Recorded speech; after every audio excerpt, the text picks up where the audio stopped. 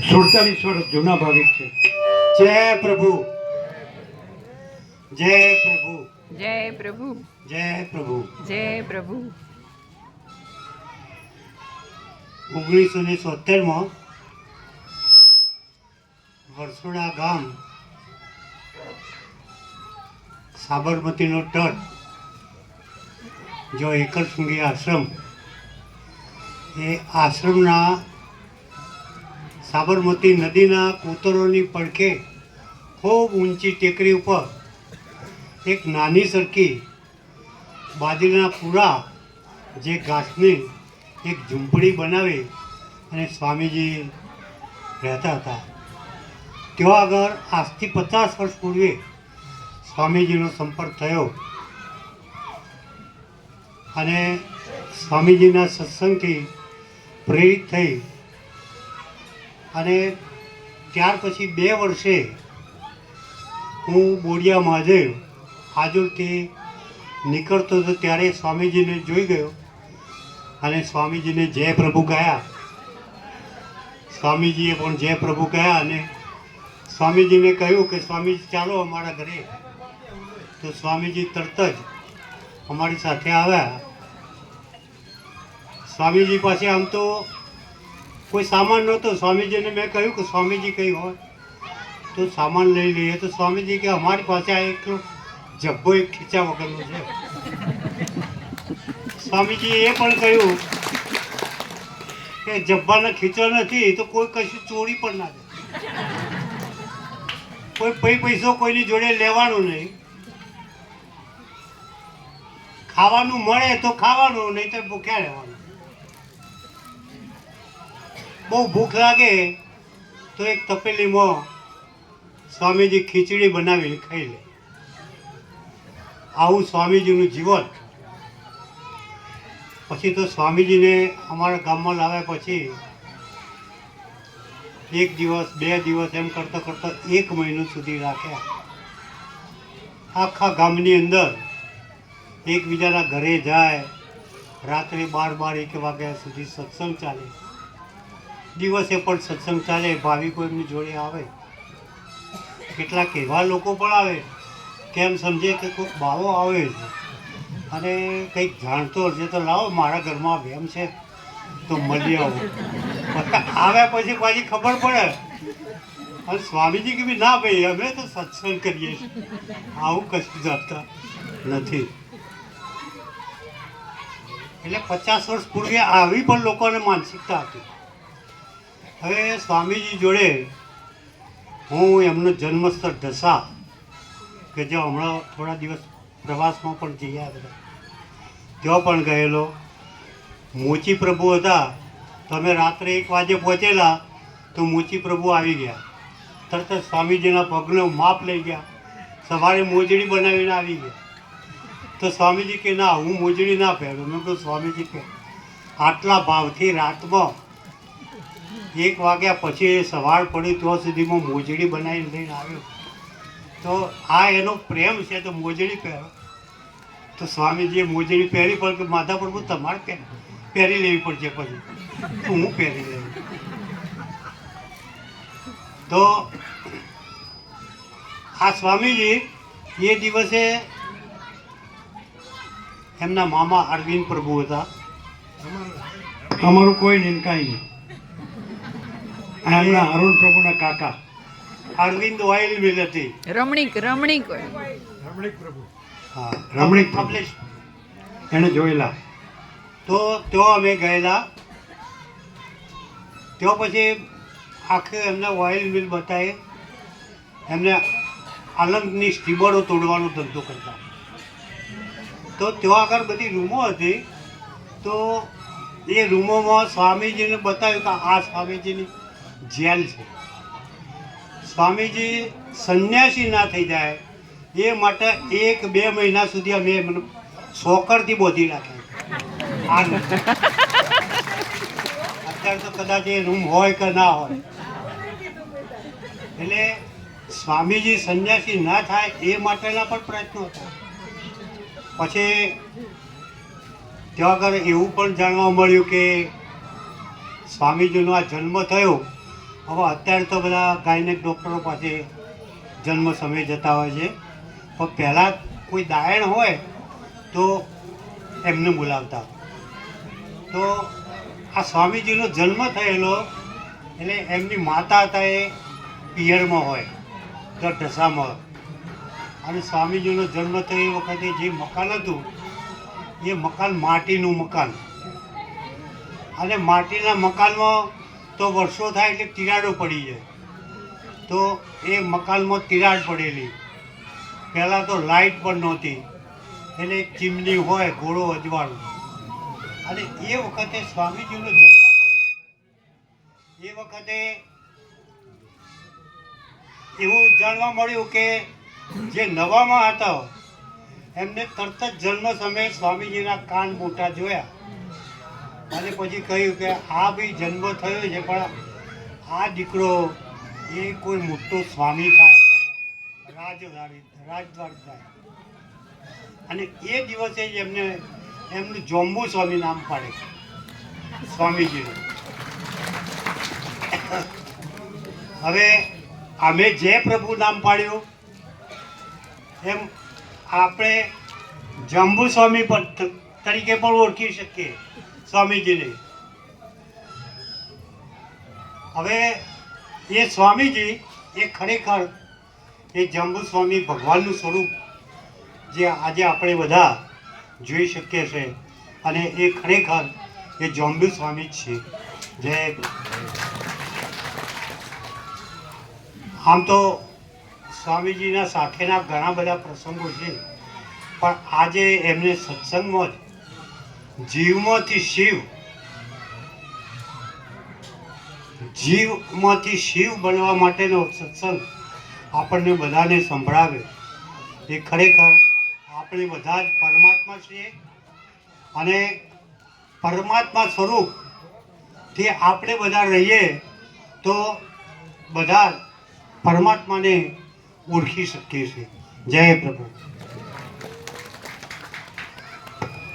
હવે અહીંના આચાર્ય ધનજી પ્રભુ.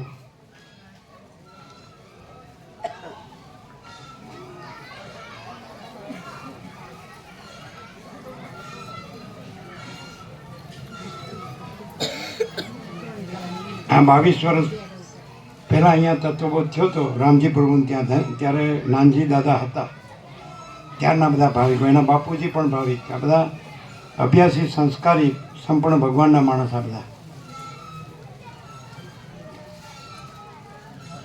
પછી બીજે પણ આવતા નિકોરા, નર્મદા, બધે.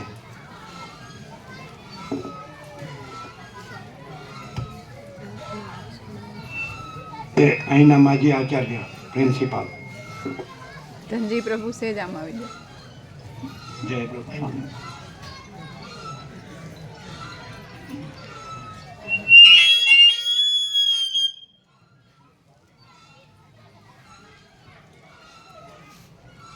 બધા ભાવિકોને મારા જય પ્રભુ.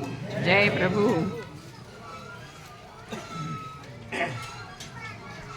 આજના આ પરમ મંગલ દિવસે, શિવરાત્રિના શુભ દિવસે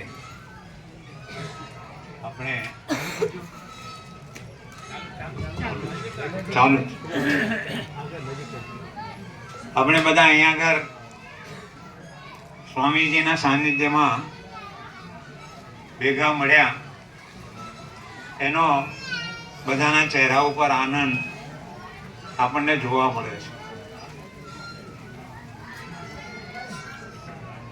આમ તો સ્વામીજી એમ કહે છે કે ભાઈ કશું કરવાનું નથી તમારે, બસ હું કહું એમ તમે રો, ફૂલ પ્રસાદ લો અને ફૂલ આનંદ મંગળ તત્વબોધ આનંદ મંગળ મારો. પણ આપણે ઘણા સમયથી આમ તો આવીએ છીએ બધા, અને આવા જે તહેવારો આપણે નક્કી કર્યા છે વાર્ષિક, એ દિવસે તો સંખ્યા ઘણી હોય છે, પણ સ્વામીજીના ચહેરા ઉપર જે આનંદ દેખાય છે, ખરેખર એવો આનંદ આપણામાં પ્રગટ થવો જોઈએ. પણ શી ખબર કેમ નથી થતો. એનું કારણ શું છે? આપણે શી ખબર ઘેંઘા ઘોડી લઈને બેઠા છીએ કે શું છે? ઘેંઘા ઘોડીની વાત તો બધાને પ્રચલિત છે એટલે ખબર હશે, ભમરાની પેલા ઘેંઘાની. એટલે ભમરાને આનંદ થતો હતો ફૂલની સુગંધનો, અને પેલો એનો ભાઈબંધ ઘેંઘો એ કાંઈ વિષ્ટામાં કે મળમાં એ પડ્યો રહેતો. એટલે પેલા દયા આવી કે મને જે આનંદ છે એ મારા મિત્રને મળવો જોઈએ. એટલે એક દિવસે એને લઈ ગયો પોતાની સાથે કે ચાલ મારી જોડે તું ચાલતો ખરો, તને જીવનમાં આનંદ શું છે, સુવાસ શું છે એની ખબર પડે. એટલે સાથે લઈ તો ગયો, પણ પેલાને મનમાં વેમ કે શીખ મારા જેવી અહીંયા આગળ મારે સગવડ છે એવી ત્યાં આગળ સગવડ મળશે કે નહીં. એટલે એક પેલી વિષ્ટાની ગોળી એના નાકમાં નાખીને એની સાથે ગયો. પછી બગીચામાં લઈ ગયો તો ત્યાં આગળ બધે ફેરવ્યો કે જો તને કંઈ આવી સુગંધ આવે છે સરસ મજાની, ગુલાબની, મોગરાની, જાસૂદ, બધા જુદા જુદા ફૂલો હતા. એટલે બધા ફેરવ્યો. પછી કે તને કઈ મજા આવી, તને કઈ સુગંધ આવી? કે ના, મને તો કઈ અનુભવ થયો નહીં. પેલા વિચાર કર્યો કે આટલી બધી સરસ સુગંધ છે તો આનો અનુભવ થતો, અને કઈ તકલીફ છે. એટલે પછી એને જોયું બારી કઈ છે, એને જરા આઘો પાછો કરીને, એટલે એના નાકમાં પેલી મળની વાસ એ કાયમ એને એ જ વાસ આવે. એટલે એ લઈ ગયો નદી કિનારે, ચલો કે આપણે સ્નાન કરીએ. અને પછી એને જરા ડૂબાડ્યો થોડો, એટલે પેલી ગોળીએ જે ધોવાઈ ગઈ. પછી કે હવે ચાલો, તો ત્યાં એને આનંદ મળ્યો. એટલે અહીં આનંદ ભરપૂર છે, પણ જો આપણે લેવો હોય અને આપણને પૂર્ણ શ્રદ્ધા હોય સ્વામીજીમાં કે એ કહે છે એ ભગવાન છે, અને ભગવાન જે કહે એ આપણે માનવું જોઈએ અને એ પ્રમાણે આપણે વર્તવું જોઈએ. એ કહે છે બધા ભગવાન, તમે ભગવાન, હું એ ભગવાન, બધામાં ભગવાન, કણ કણમાં ભગવાન છે. કોઈ એવી જગ્યા બાકી નથી કે જ્યાં ભગવાન ના હોય. તો આપણને કેમ અનુભવ નથી થતો? કારણ કે આપણે માયામાં એવા રચ્યા પચ્યા થઈ ગયા છીએ. માયામાં આપણે એટલી બધી શ્રદ્ધા પાકી થઈ ગઈ છે કે આ મારું કુટુંબ, આ મારું ઘર, આ મારું પૈસા, આ મારી મિલકત, આ બધું આ સ્વામીજીનું કહેલું માનીશ તો જતું રહેશે. અરે આ જતું રહેવાનું, જતું રહેલું જ છે, તારું કશું છે જ નહીં. આવ્યો તારે કઈ લેતો નતો, જાય તારે કઈ લઈ જવાનું નથી. તો પછી શું કરવા ધમાલ કરે છે? અને સ્વામીજી કહે છે કે આનંદમાં રહે ને, શૂન્ય થઈ જાય ને, મટી જાય ને. તો આ મટી જવાનો પ્રસંગ છે. અને એ રીતે જો આપણે સંપૂર્ણ શ્રદ્ધાથી સ્વામીજીને સાંભળીએ અને એમનો બોધ ગ્રહણ કરીએ તો કોઈને આ જગતમાં દુઃખ રહેવું નથી. આપણે કાયમ આટલી બધી મિલકત ને બધું વસાવ્યું તો કોઈને સુખ નથી. બધા સુખ પાછળ પડ્યા છે, પણ જ્યાં સુખ નથી ત્યાં સુખ શોધીએ તો આપણે સુખ ક્યાંથી પડે? સુખ તો તારી અંદર પડ્યું છે. તું પોતે પરમાત્મા છે, તારા આત્મામાં સુખ છે. તો જ્યાં સુખ પડ્યું હોય ત્યાં શોધીએ તો આપણને સુખ મળે.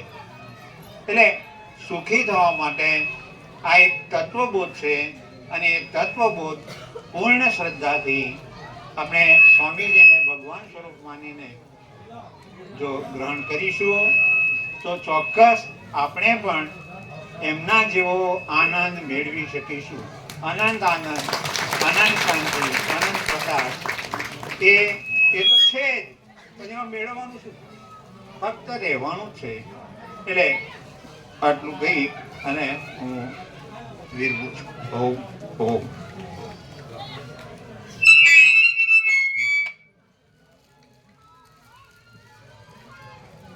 ગોકા પ્રભુ સિહોરા. જો રાજીના રેડ થઈ ગયા.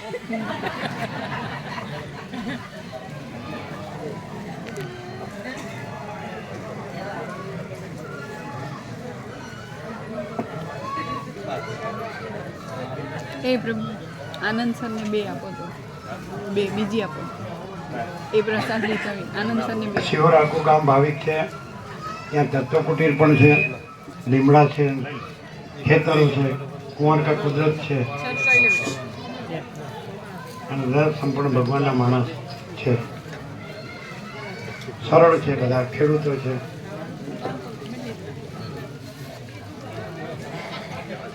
એ સ્નેહલ પ્રભુ સ્નેહલ આનંદ સરને સવારની કોફી ને નાસ્તો જલ્દી લાવી આપો એ એમને બેસી હા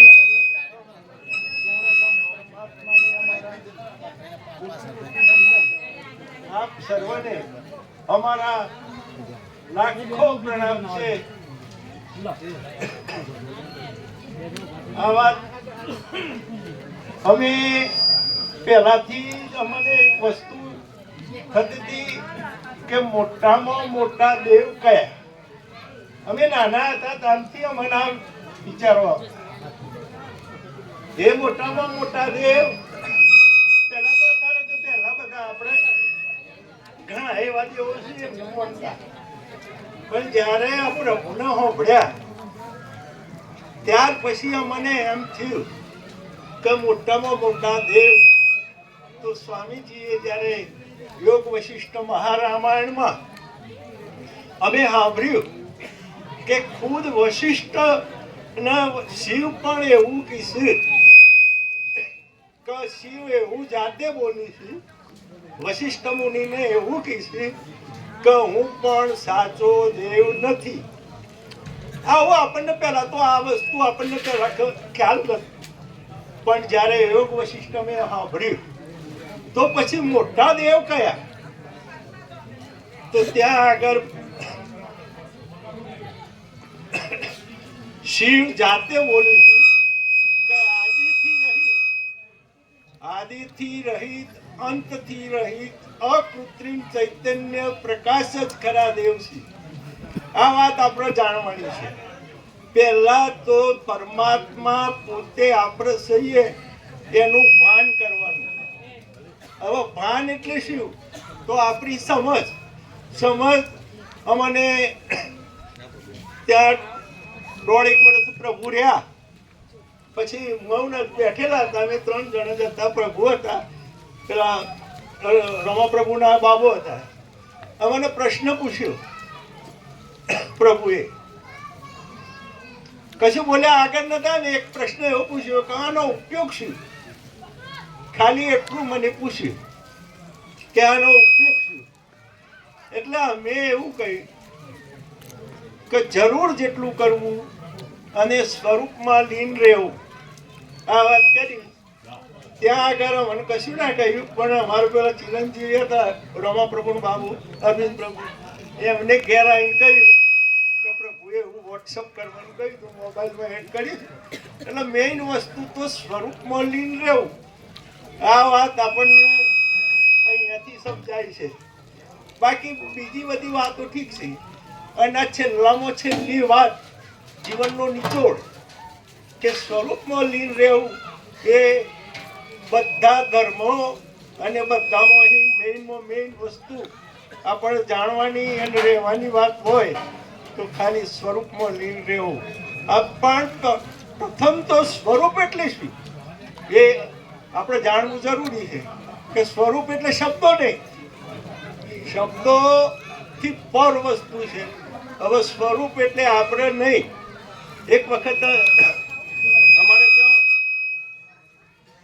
એવું થયું કે થોડી વાત થી કે પરમજ્યોતિ કયો.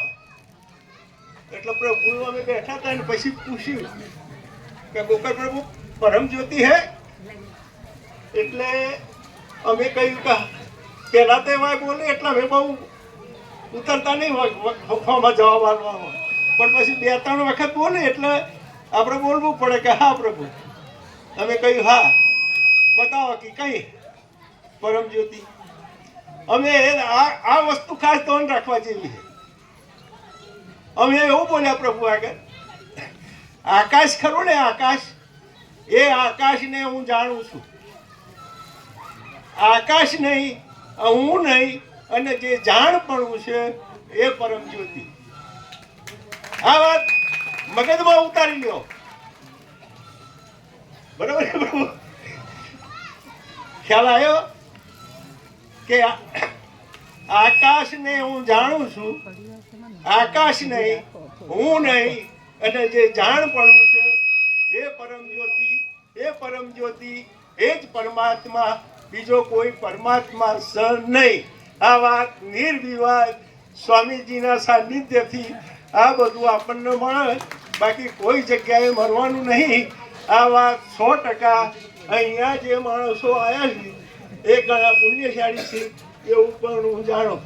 બીજું તો નહીં કહેતો, કે સારું લગાડવા નહીં કહેતો, પણ વાસ્તવિકતા મને સમજાય છે. અમે એક વખત મહાપુરુષની પરીક્ષની વાત આવે એટલે થોડીક વાત કરું કે અમારા બાયડમાં આશારામ આવેલા. અમે આશારામ આવેલા તે હમણાં આવતી જોવાની છે. આ એટલે આપણે એની નકલો નહીં કરતા, પણ કહેવાનો હેતુ શું કે આ એવો આમ ડાન્સ કરે અને પાહન પેલો રેવોલ્વર વાળો. અમે 5 મિનિટમાં નીકળી ગયા. જ્યારે અહીંયા સ્વામીજીઓ મને પહેલા તો કોઈ વસ્તુ હોય એટલે મહાપુરુષની અંદરનું જે શું છે, તો અહીંયા કોઈ પણ તમારો મહાપુરુષ કોઈ ઓગળી કરીને પ્રભુમાં કહી નીકાળે. આ વાત નિર્વિવાદ છે. ઓમ ઓમ જય પ્રભુ.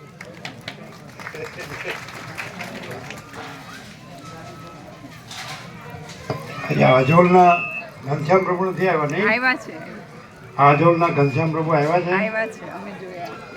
નથી આવ્યા? પેલા જયંતિ પ્રભુ આવ્યા. 48 વર્ષ જૂના જયેશ પ્રભુ કે જયંત પ્રભુ, શું કોણ? જસુ પ્રભુ, એ આવ્યા છે. ઘનશ્યામ પ્રભુ આવ્યા. હવે બધા 11 ને 13 થઈ, હા, એટલે આપણે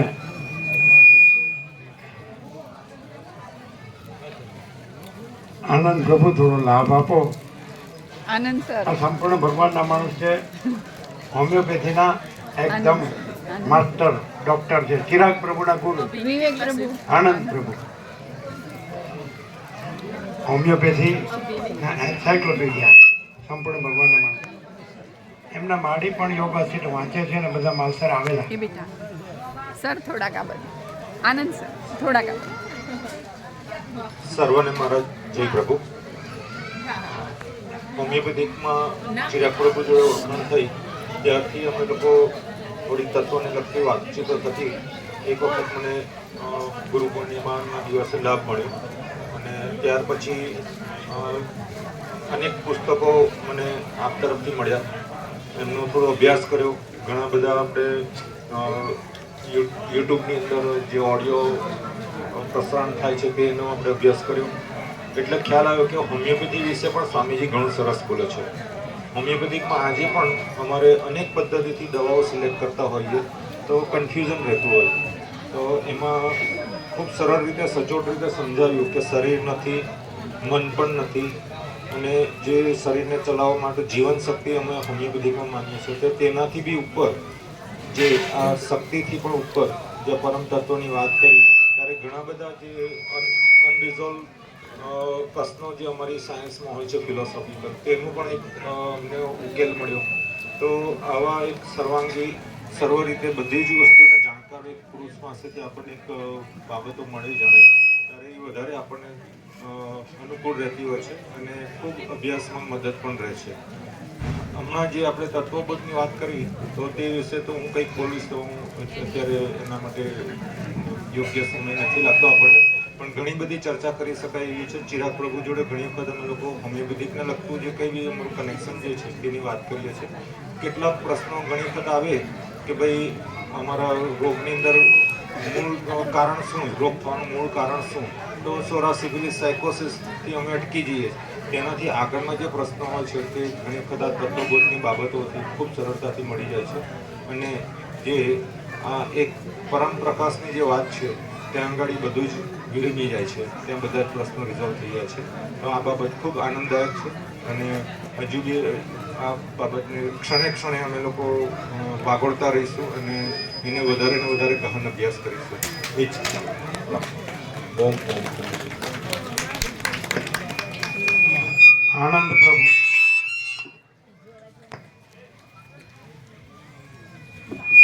આનંદ પ્રભુ આપ. આ હાઈસ્કૂલના ક્લાસીસ ચલાવે છે, શિક્ષક પ્રભુ છે, કાયમ આવે છે, સરળ છે, સંપૂર્ણ ભગવાનના માણસ છે, અભ્યાસી સંસ્કારી છે. ઓમ ઓમ ઓમ. આપણે આજે આપણે જે મળ્યા છીએ બધા શિવરાત્રિના પર્વમાં, મહાશિવરાત્રિ પર્વમાં, તો આપણે બધા ખાલી એક નાનું એવું વિચારીએ કે આવા મહાત્મા ક્યાંય જોયા છે? ભાઈઓ તો થાવ બહેનો, આવા મહાત્મા કોઈએ ક્યાંય જોયા છે? અવાજ નહીં આવતો બરાબર. ઓકે, આવા મહાત્મા નથી જોયા. આવો પ્રકાશ જોયો છે કોઈએ? આવો પ્રકાશ પાછળથી બરાબર અવાજ નહીં આવતો. આવો પ્રકાશ અનુભવાયો છે? તો આવું સ્થળ, તો આ ત્રિવેણી સંગમ છે. અહીંયા જે પ્રકાશનો લાભ લઈ રહ્યા સાનિધ્યમાં, એ મહાકુંભના સ્નાનથી ઓછું છે? જરાય નહીં. આ જ આપણું મહાકુંભ સ્થાન છે. અને આપણે પરમ શિવના સાનિધ્યમાં જ બેઠા છીએ. અમે હજી કાલે જ યોગ વશિષ્ઠનો એક સર્ગ ઓફિસમાં જતા હતા, એમાં સદાશિવે અને આ કેમ બધા સદાશિવ એવું બોલે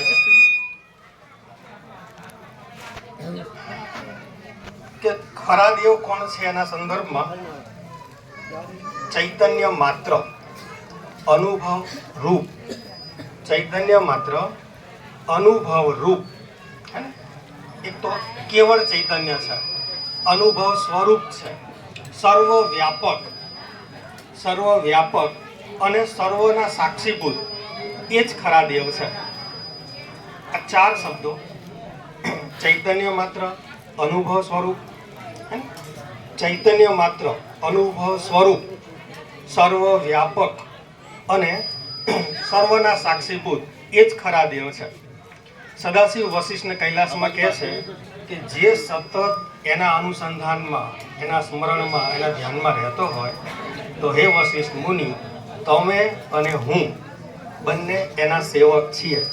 તો અમે તો એવું અનુભવીએ છીએ અહીંયા આવવાથી કે આપણે એ અનંત શુદ્ધ ચિદાકાશના સાનિધ્યમાં છીએ, જ્યાં સદાશિવ અને વશિષ્ઠ પણ સેવક છે. જય પ્રભુ. ઓમ. વિવેક પ્રભુ.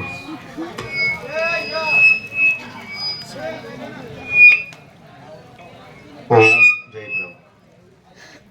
ઓમ જય પ્રભુ. વિવેક પ્રભુ. સ્વામીજીને અમે રામજી પ્રભુ લાવ્યા, બાળપણમાં સ્વામીજીને મળેલા નહીં, અને તત્વબોધનું અમારા ઘર આંગણે સત્સંગનું ગોઠવાયું. જ્યારે હું સૌ પ્રથમ સ્વામીજીને મળ્યો ત્યારે મને એવું લાગ્યું કે હું જે શોધતો હતો ભગવાનને, એ ભગવાન આજે મને મળ્યા છે. કેમ કે મને શાંતિ નથી જણાતી. હું જૈન સંપ્રદાયમાં જતો, સ્વામિનારાયણમાં જતો, દરેક ધર્મમાં જતો, સંતોને સાંભળતો, સત્સંગ સાંભળતો, પણ જે શાંતિ પ્રભુના સાનિધ્યથી મળતી એ બીજે મને ક્યાંય નહોતી મળતી. અને સ્વામીજીના હું જ્યારે બાળપણમાં ભણતો હતો ત્યારે જતો હતો નાનજી દાદા સાથે, રામજી પ્રભુ સાથે, તો હું પ્રશ્નો સ્વામીજીને પૂછતો કુતૂહલથી કે પ્રભુ, મને ભગવાન કેમ દેખાતા નથી? ત્યારે એ વખતે પ્રભુએ જવાબ આપ્યો હતો કે તમારી આંખોથી બધું દ્રશ્ય જુઓ છો, પણ તમારી આંખોથી તમારી આંખોને જોવાનો પ્રયત્ન કરો. તમે જોઈ શકશો તો એક જ ભગવાન છે અને તમે પોતે જ ભગવાન છો. એ વખતે પ્રભુએ ઉત્તર આપ્યો હતો. અને અમારા નાનજી દાદાના કેટલા પુણ્ય હશે કે જોઈતા પ્રભુ દેવ થઈ ગયા. એ પણ ખૂબ સ્વામીજીને સેવ્યા. નાનજી દાદા પણ જતા. તો છેલ્લે એ બંને જે દાદાઓનો એવી ઈચ્છા હતી કે વિવેક અમે તો હવે નથી, અમારું તો અંતિમ સમય આવ્યો, પણ અમારી એક અંદરની ભાવના છે, તમે પૂર્ણ કરશો? મેં કીધું હા દાદા, એ પૂર્ણ કરીશું. તો અમારી એમ કે એવી ભાવના છે કે પ્રભુને મેં જે નાનજી દાદા એવું કીધું કે આ જે નંદનવન બનાવ્યું છે એ મેં ભગવાન માટે બનાવ્યું છે અને ત્યાં કોઈ કોમર્શિયલ નથી કરવાનું, પણ ભગવાનને સમર્પિત કરવાનું છે. આ ભગવાનને આપણે અહીં લાવવાના છે. આવું 22 વર્ષથી હું જ્યારે ભગવાન શિવની રોજ સવારે પૂજા કરું ત્યારે એક જ પ્રાર્થના કરતો કે હે ભગવાન, પરમાત્મા અહીંયા આવે અને અસંખ્ય જીવો, આજુબાજુના અસંખ્ય જીવોનો આ લાભ મળે એ માટે હું પ્રાર્થના કરતો. 22 વર્ષે મારી પ્રાર્થના ફળી અને પ્રભુને અમે વિનંતી કરી કે હે પ્રભુ, તમે પધારો, અહીં તત્વબોધનો બધા ભાવિકોને લાભ મળે. અને પ્રભુ કહે છે એમ જેનો જન્મ છે એનું મૃત્યુ નિશ્ચિત છે. એક ચકલી તળેટીમાં યમરાજા ઊભા હતા. એનો સમય આવી ગયો એટલે એના પ્રાણ હરવાના હતા. તો નારદજીએ જોયું કે આના પ્રાણ હરી લેશે તો હું એને બચાવું. એ નાનકડી ચકલીને હિમાલયની ટોચમાં મૂકી દીધી અને નારદજીને થયું કે હાશ, મેં એના પ્રાણ બચાવી લીધા. પરંતુ તરત જ યમરાજે કીધું કે હે નારદજી, તમે મારું કામ બહુ સરળ કરી દીધું. હું વિચારતો હતો કે આ ચકલીનું ટેકરી ઉપર મૃત્યુ છે તો ત્યાં કેવી રીતે પહોંચશે, એટલે નક્કી છે. પણ આ પ્રભુના તત્વબોધમાં મને એ જાણવા મળ્યું કે આપણે કોઈ ક્રિયા નથી કરવાની, કોઈ ધ્યાન નથી કરવાનું, કોઈ મેડિટેશન નથી કરવાનું, કોઈ માળા જપવાની નથી, કોઈ ક્રિયા નહીં, અને સહજ જ શાંત, કંઈ જ ન કરવાનું અને પોતે પોતામાં જ શાંત થાય. આજે એનો અનુભવ કરીએ છીએ કે અહીં બેઠેલા વિકલ્પો કરો તમે, કોઈ સંકલ્પ નથી થતો આપણને, કોઈ વિચાર નથી આવતો. ને જેવું આ ગેટ છોડશું ને એટલે હું ને મારું ને તારું ને રાગ દેશ ને દોડા દોડીને ભાગાભાગી. આ ભાગાભાગીમાં જ્યારે અમે આવીએ ને અહીંયા ત્યારે એમ થાય કે હાશ, અંદરથી હાશ થાય એમ. તો જે ખરેખર આપણને જે માયાની દોડધામ છે એમાંથી મુક્તિ માટેનું આ કેન્દ્ર છે. અહીંયા તમને બધી વ્યવસ્થા છે, ભોજન પ્રસાદ, ચા પ્રસાદ, રહેવાની વ્યવસ્થા છે. સવારે તત્વબોધ હોય, સાંજે તત્વબોધ હોય. અને અમને પ્રેરણા થઈ કે પ્રભુ, આપણે ઢસા આપનું જન્મસ્થળ નથી જોયું તો એ તો આપણે શબ્દોમાં વર્ણન ન કરી શકીએ. આજે કોઈને 2 લક્ઝરી લઈને જવું હોય ને તો ત્રીજા દાર આમ આજ કરી દે કે હું કોઈ દિવસ નહીં જાઉં. ત્યારે પ્રભુના સાથે 6 લક્ઝરીમાં જે આનંદ મંગળ કર્યો છે ક્યારે ભૂલાય, અને કોઈ તકલીફ નહીં, કોઈ મુશ્કેલી નહીં. બીજું, પ્રભુ સાથે અમને અલૌકિક અનુભવ પણ મળ્યા કે આજે સોમનાથના પૂજારી પ્રભુનું દર્શન કરાયા. અમુક પૂજારી તો પ્રભુના હાથ પકડે એટલે પછી કે ભાઈ કેમ, મને ઉપરવાળાએ મોકલ્યો છે કે પ્રભુનો સ્પેશિયલ દર્શન કરાવવાના છે. એટલે આ અલૌકિક ઘટના. એટલે પ્રભુ જે મળ્યા છે. તો મારા દાદા અંતિમ સમયે મને એવું કીધું હતું કે હે વિવેક, આ જે મેં બધા શાસ્ત્રોનો સાર, જે 102 વર્ષ સુધી એ ભક્તિમય જીવન જીવ્યા સાબરકાંઠામાં, તો એમને એવું કીધું કે આ યોગ વશિષ્ઠ એવું રામાયણ છે જે તત્વબોધ, કે જેમાં સીધી આપણને શાંતિ થઈ છે, કંઈ કરવાનું નથી. બીજું કે જેને આ જન્મ મોક્ષ જોતો હોય, આ જન્મ, તો તમે યોગ વશિષ્ઠ રામાયણ અને તત્વબોધનું સ્વામીજીના સાનિધ્ય સિવાય બીજો કોઈ ઉપાય નથી. જો આ જન્મમાં, જો જન્મ મરણના ફેરામાં ફરવું હોય તો તમે બીજે જજો. તો આજે અમારા આખું પરિવાર ખૂબ એટલું ભક્તિમય, આજે અમારા કેટલા પુણ્યનો ઉદય થયો. અહીંના ભાવિકો આજુબાજુનું કેટલું પુણ્ય હશે ત્યારે પ્રભુ પધાર્યા છે. બાકી સત્સંગ ગોઠવવો, પ્રભુને લાવવા એ નાની અમથી વસ્તુ નથી. આપણે એમ કંઈક પ્રભુને કહી દે પ્રભુ આવી જાય એવું નથી. તલવારની ધાર ઉપર ચાલવા જેવું છે. આજે મારો પરિવાર પણ મને ખૂબ સાથ સહકાર સપોર્ટ આપે છે. આજે કલ્પના માતાજી જ્યારે પણ ક્યાંય પણ જવાનું હોય તો કોઈ દિવસ ના નહીં, લીલી ઝંડી આપી દે છે ન તો ઘણાને લાલ ઝંડી મળે. સત્સંગમાં જવામાં લીલી મળે ત્યારે જ જઈ શકાય. ત્યારે અમને તો 24 કલાક લીલી ઝંડી મળે છે. અને આ તત્વબોધ અહીં સાંભળ્યા પછી ઘરમાં પણ હું આ સત્સંગ અમારું રોજ સંભળાય છે. એટલે ખૂબ આનંદ મંગળ છે. અને પ્રભુ આવ્યા પછી અમને તો એટલું સમજાય છે કે આપણા જે મન નથી, દેહ નથી, શરીર નથી, ચિત્ત નથી, અને કેવળ એક શાંત પરમાત્મા સ્વરૂપ જે પરમાત્મા છે એ જ છે. અને એ જ પરમાત્મા આ વશિષ્ઠ મુનિ સ્વરૂપે પ્રભુમાં અવતર્યા છે અને આપણને જન્મ મરણના ફેરામાં મુક્ત કરવા આવ્યા છે. તો આ સાક્ષાત વશિષ્ઠ મુનિ છે એવું અમારા દાદા કહેતા હતા. એટલે જો તમે ઓળખો તો ઓળખી શકો, બાકી પથ્થર હોય એને લઈ જવામાં આવે તો પેલા કહે છે આ પથ્થર છે, આગળ જાઓ તો કહે છે થોડોક હીરો છે, એનાથી આગળ જાઓ. પણ જે અમૂલ્ય ઝવેરી હોય એ એમ કે આ પથ્થરને ચૂકવવા માટે મારી પાસે કશું જ નથી. એમ આપણને અમૂલ્ય રત્ન મળ્યું છે, ભગવાન સાક્ષાત મળ્યા છે. તો આપણે જ્યારે પણ સમય મળે, સમસ્યા તો રહેતી જ નથી, કોઈ કે પ્રશ્નો, અમે તો અહીંયા આવીએ છીએ ને અને તત્વબોધ સાંભળીએ ને જ્યારે તો મને એમ થાય કે મારા પ્રશ્નો ક્યાં જતા રહ્યા, મારું મન ક્યાં જતું રહ્યું, મારું ચિત્ત ક્યાં જતું રહ્યું, મારું દેહ ક્યાં જતો રહ્યો. કેમ કે પ્રભુના તત્વબોધમાં સમાધિમાં જેમ રહેતા હોય ને, સમાધિમાં એવો જ અલૌકિક અનુભવ થાય. અને આ બધું ઓટોમેટિક છે. ઘણી વખત પ્રભુ કહે સવારે બ્રશ કરવાનો, એમાં પાછું યાદ કરવાનું, સવારે સ્નાન કરવાનું રૂટીન, એ તો નિત્યક્રમ છે. રમણ ભગવાન કહેતા સહજ છે. આ બધું સહજ છે, કંઈ કરવાનું નથી, ઓટોમેટિક છે. કુદરત ઓટોમેટિક, સૂર્યપ્રકાશ. તો આ બધું જે ખરેખર આજે બધા દોડા દોડી છે પણ ક્યાંય શાંતિ નથી. તો અહીંયા શું છે? 3 વસ્તુ છે. આનંદ મંગળ છે, પરમ શાંતિ છે અને પરમ પ્રકાશ છે.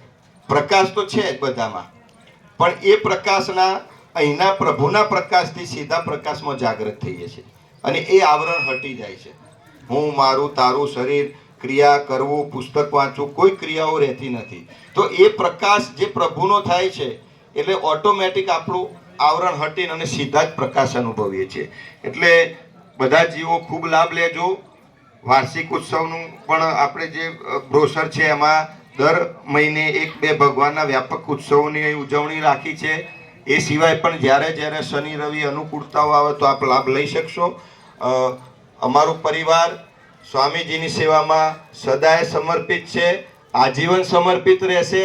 અને અમારે તો જીવતા મોક્ષ થઈ ગયો, હવે અમારે પ્રભુ મળ્યા પછી મોક્ષ લેવાનો નથી અને અમારે હવે બીજો જન્મ પણ લેવાનો નથી. ઓમ ઓમ ઓમ.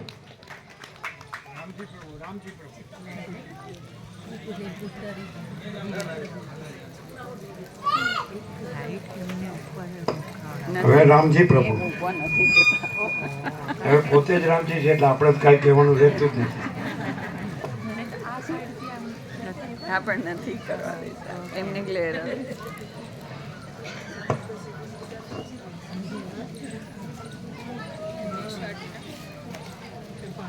આ પણ એના માજી આચાર્ય નાનજી પ્રભુના ચિરંજીવ અને વિવેક પ્રભુના પરમ પૂજ્ય પિતાશ્રી.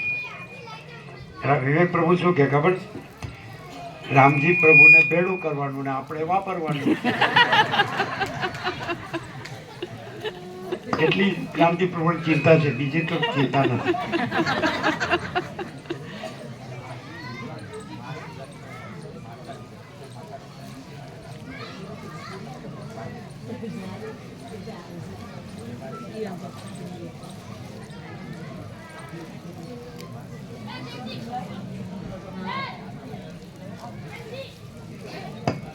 એટલે રામજી પ્રભુ એમ કે છે કે એમના મધર, એમના માતાજીની આ મહાશિવરાત્રિ પુણ્યતિથિ છે.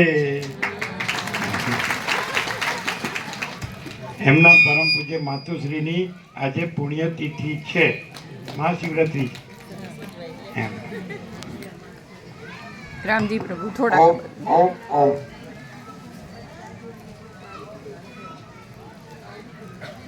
આમ તો મને મનમાં હતું કે વિવેક પ્રભુએ વાત કરી, આપણા બીજા ભાવિકોએ કરી, કલ્પના માતાજી વિવેકના જીવન સંગીની પીએચડી થયા છે. અને એમ હતું કે આજે નાનજી દાદા પરિવાર આખું સમગ્ર હાજર છે.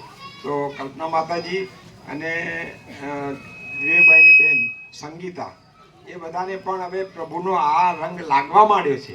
તો એક એક 2 મિનિટ એ પણ ઊભા થશે અને વાત કરશે તો મને પણ આનંદ થશે.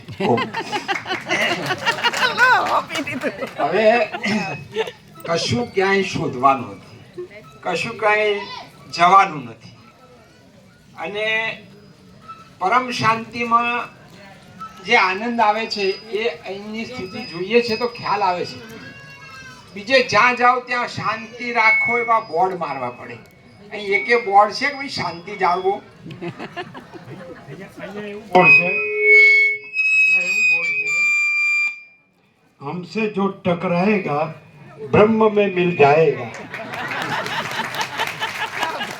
અહીંયા એવું બોર્ડ છે, અહીંયા એવું બોર્ડ છે, તારી અંદર રહેલો પરમાત્મા જગતના કોઈ પણ ગુરુ કરતા અનંત ગણો મહાન છે. અહીંયા એવું બોર્ડ છે, તારી અંદર રહેલો પરમાત્મા જગતના કોઈ પણ ગુરુ કરતા અનંત ગણો મહાન છે. અને અહીં એવું બોર્ડ છે, અહીંયા એવું બોર્ડ છે, દુનિયાદારીના કોલાહલ અને દુનિયાદારીના કાવા દાવાથી દૂર કુદરતને ખોળે બ્રહ્મમાં વિશ્રામ. દુનિયાદારીના કોલાહલ અને દુનિયાદારીના કાવા દાવાથી દૂર કુદરતને ખોળે બ્રહ્મમાં વિશ્રામ. અહીંયા એવું બોર્ડ છે, અહીંયા બોર્ડો છે, હા, ઓછા નથી. જેમ રામજી પ્રભુ ઓછા નથી એમ આપણે બોર્ડે ઓછા નથી. ફૂલો જ્યાં ખીલેલા છે ત્યાં ચડેલા જ છે, તોડીને કોઈને ચડાવીને કરમાવશો નહીં. ફૂલો જ્યાં ખીલેલા છે ત્યાં ચઢેલા જ છે, તોડીને કોઈને ચડાવશો, તોડીને કોઈને ચડાવીને કરમાવશો નહીં. ફૂલો ગુરુના ગળામાં કે કોઈ મિનિસ્ટરના ગળામાં કે કોઈ ઉદ્યોગપતિના ગળામાં ખીલતા નથી, બલકે કરમાય છે. ગુલાબ કાંટામાં ખીલે છે, ગુરુના ગળામાં કે કોઈ પ્રધાનના ગળામાં કે કોઈ ઉદ્યોગપતિના ગળામાં ખીલતા નથી, કરમાય છે. ફૂલો ખીલેલા છે ત્યાં ચડેલા જ છે, તોડીને કોઈને ચડાવીને કરમાવશો નહીં. છે ને બોર્ડ? પછી એવું બોર્ડ છે કે 7 ખંડના 800 કરોડને સર્વ દર્દોની એક દવા. 7 ખંડના 800 કરોડને सर्व दर्दों एक दवा. शांति से जीने का, दूसरा कुछ नहीं करने का. शांति से जीने का, दूसरा कुछ नहीं करने का. बोलो હવે બોલ જોઈ તમારે. તું જ્યાં શોધે છે, તું જ્યાં શોધે છે, તું જ્યાં શોધે છે, તું જ્યાં શોધે છે ત્યાં હું સદા હાજરા હજુર જ છું. તું હું કરે છે તે તું નહીં, હું ચિદાકાશ જ છું. તું જ્યાં શોધે છે ત્યાં હું સદા હાજરા હજુર જ છું. તું હું કરે છે ત્યાં તું નહીં, હું ચિદાકાશ જ છું.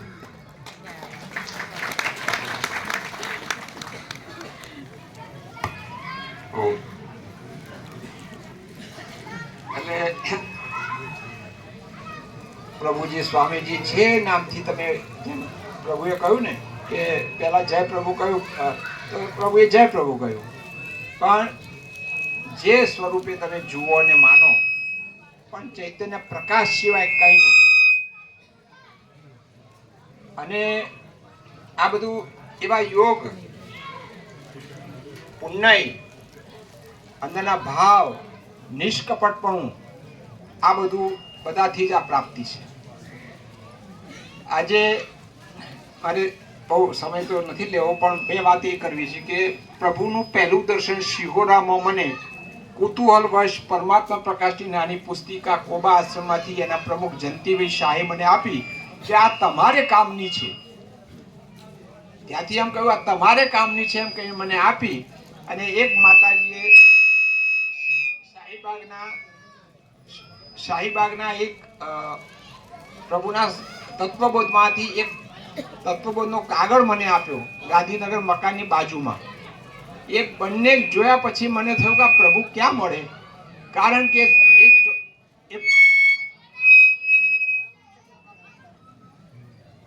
એ પુસ્તકમાં એ ગ્રંથમાં કે તત્વબોધના પત્રમાં સરનામું કે ફોન નંબર નહીં જોવા મળે. કારણ કે અનંત વ્યાપ્ત જે છે, સચરાચર વ્યાપ્ત છે, એનું ક્યાં કયું સરનામું? અને એ અંદરની લગન હતી તો એ બે પત્રની શોધતા, એ બે અવલંબનો લઈ અને મનમાં રટણ હતું, પ્રભુ ક્યાં મળે, પ્રભુ ક્યાં મળે, પ્રભુ ક્યાં મળે. અને વાસણીના કોઈ બે ચાર અહીંયા એક બોર્ડ એવું છે, કોઈ પૂછે પ્રભુ ક્યાં છે તો બે ધડક કહેજો પ્રભુ ક્યાં નથી. કોઈ પૂછે પ્રભુ ક્યાં છે તો બે ધડક કહેજો પ્રભુ ક્યાં નથી. અને એ ભાઈઓએ એમ કહ્યું, મને મળ્યા, મેં કીધું તમે શામાં જાઓ છો ભક્તિભાવમાં? તો કે અમારે તો બધા જય પ્રભુમાં જાય. આ જય પ્રભુમાં જાય એવું શબ્દ બોલતાની સાથે મેં કીધું જય પ્રભુ? હા, કે સિહોરામાં આવ્યા છે અને અમારે તો બધા અમારા વડીલો ત્યાં જાય અને સવારે ને સાંજે 2 ટાઈમ તત્વબોધ થાય. સિહોરા ક્યાં આવ્યું મેં કદી જોયું નહોતું, પણ 2001ની સાલમાં એ જો કંઈક મેળવવું હોય ને તો પછી મથામણ કરો તે મળી જ જાય. ન મળે એવું છે ને, સાચા ભાવથી જો જાવ તો. અને બીજા જ દિવસે એ ભાઈએ કહ્યું કે સિહોરા સિહોરા. રાતે ઊંઘ ના આવી, સવારે 5 વાગે ઉઠીને રમકડું લઈને નીકળી ગયો. એ ઊંટડિયા મહાદેવ થઈને ત્યાં થઈને સિહોરા ગોતી કાઢ્યું. જઈને જોયું તો પ્રભુજી એ વખતે ભગવા કપડાં પહેરતા હતા, ભગવો એમનો પરિવેશ હતો. અને જઈને આમ બધા બેઠા હતા તત્વબોધમાં, જોયું એ પણ કહીએ જે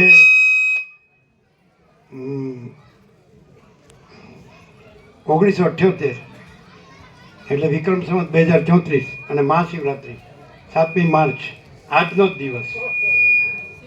એ દિવસે જ હિમાલય ગંગા પરમહંસ સંન્યાસ વેદ વિધિથી સંસ્કાર થયેલા. એટલે એને આજે 47 વર્ષ પૂર્ણ થયા અને આ 48મું વર્ષ છે.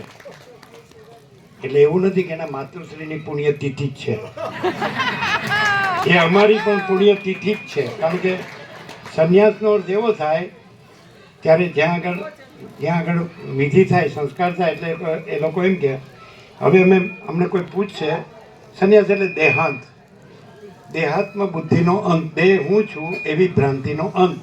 એટલે એ અમારી પણ પુણ્યતિથિ જ છે, દેહની પુણ્યતિથિ.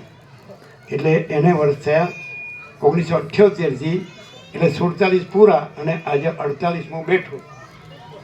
બરાબર છે. પરમહંસ સંન્યાસ પછી તો સંન્યાસનો સંન્યાસ થઈ ગયો, સંન્યાસનો સંન્યાસ. એટલે હવે તો કોઈ સંન્યાસ બાકી રહ્યો જ નહીં. એ સિહોરામાં પેલું વશિષ્ઠ દર્શન મને થયું. કારણ કે યોગ વશિષ્ઠ મહારામાયણનો તત્વબોધ ચાલતો હતો. એટલે મને એ સદગ્રંથ મેં જોયેલો નહીં, વાંચેલો નહીં, પણ એટલી જ ખબર હતી કે અહીંયા યોગ વશિષ્ઠ મહારામાયણ પર તત્વબોધ ચાલે છે અને પહેલું દર્શન ત્યાં થયું. એ જ દિવસે રામાપ્રભુના ત્યાં નિવાસ સ્થાને સિહોરામાં વિનંતી કરી કે પ્રભુ અમારે ત્યાં રખિયાલમાં આપ ના પધારો. તો સ્વામીજીનું પહેલું મારે દર્શન હતું. એમને કોઈ અમારો બીજો કોઈ પરિચય હતો નહીં, પણ ભાવિકોને પૂછ્યું કે આ ભાઈ રખિયાલથી આવે છે તો કેમ? તો કે એમના નાનજી દાદાની બધા ભક્તિભાવમાં છે અને ભક્તિભાવનું કુટુંબ છે. તો 10 જ મિનિટમાં સ્વામીજીએ આખા વર્ષના પહેલાં તો બધા તત્વબોધના સ્થળોના નામને કાર્યક્રમ લખાઈ જતો હતો. આખા વર્ષો મળે કે ન પણ મળે, પણ ગમે તે અંતરના ભાવ કરો, પણ સ્વામીજીએ જ્યાં બીજા ડબલ થતું હતું ત્યાંથી કેન્સલ કરીને રખિયાલની તારીખ આપી અને 1/7 2001